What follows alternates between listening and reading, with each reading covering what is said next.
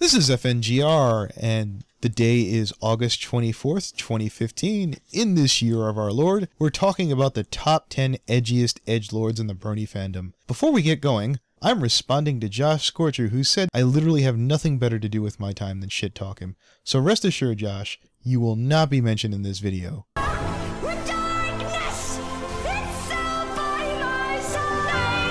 Number 10, DJ Calcos and Nikki V. Hometown of Chicago. It's a fucking dump, everyone knows that. The people there suck, the buildings suck, and the whole place burned down in the late 1800s. You've got some serious edge when you can make fun of a man for his state and hometown. Bravo to Calcos and Nikki V for setting the bar for what real Brony edge is.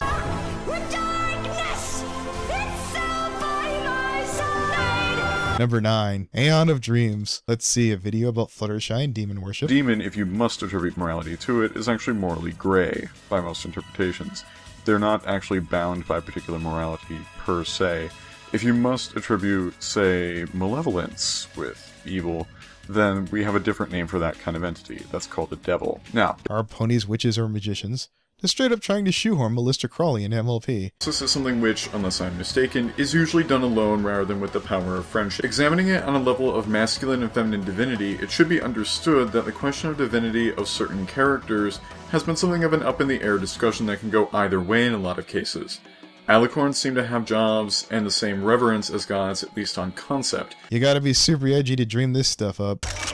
Yo, that's my period, you dumb bitch! That's my period! Number 8, Faith Moliminous. Where the hell do I begin? I mean, listen to that musical score in the background.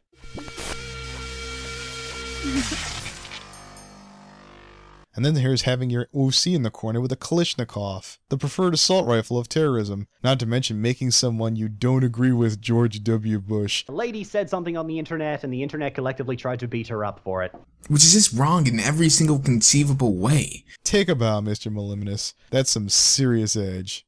Yo, that's my period, you dumb bitch! That's my period! Number 7, Agents of Discord. Agents of Discord actually snapped and went off the deep end a couple of months ago. Has gone around talking how he's Jesus now and can send angels to commit sexual acts on you. But yeah, me and Aeon of Dreams have been getting into like spiritual stuff, and it's really actually kind of fun. Oh, I could imagine. Oh, dude, like you don't understand.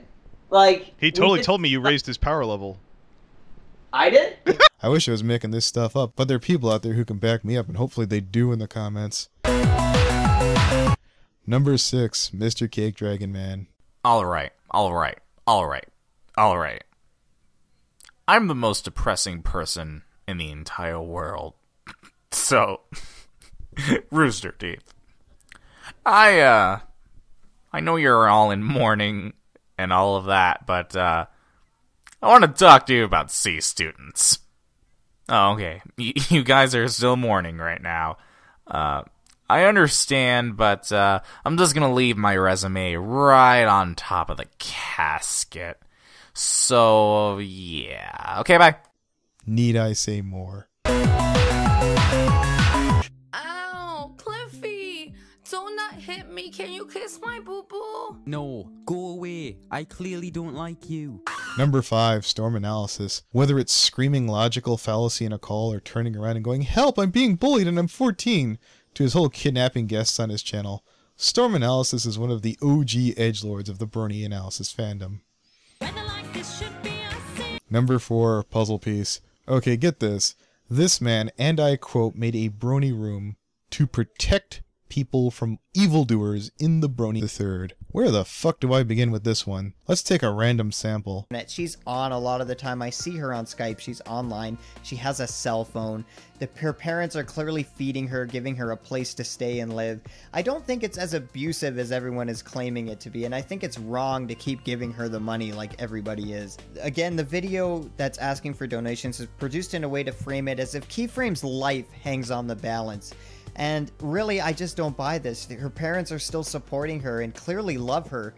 If they don't like her so much, they would simply kick her out. She is of the age of 18, and they can easily tell her to go if they truly didn't care. And clearly, this is not the case.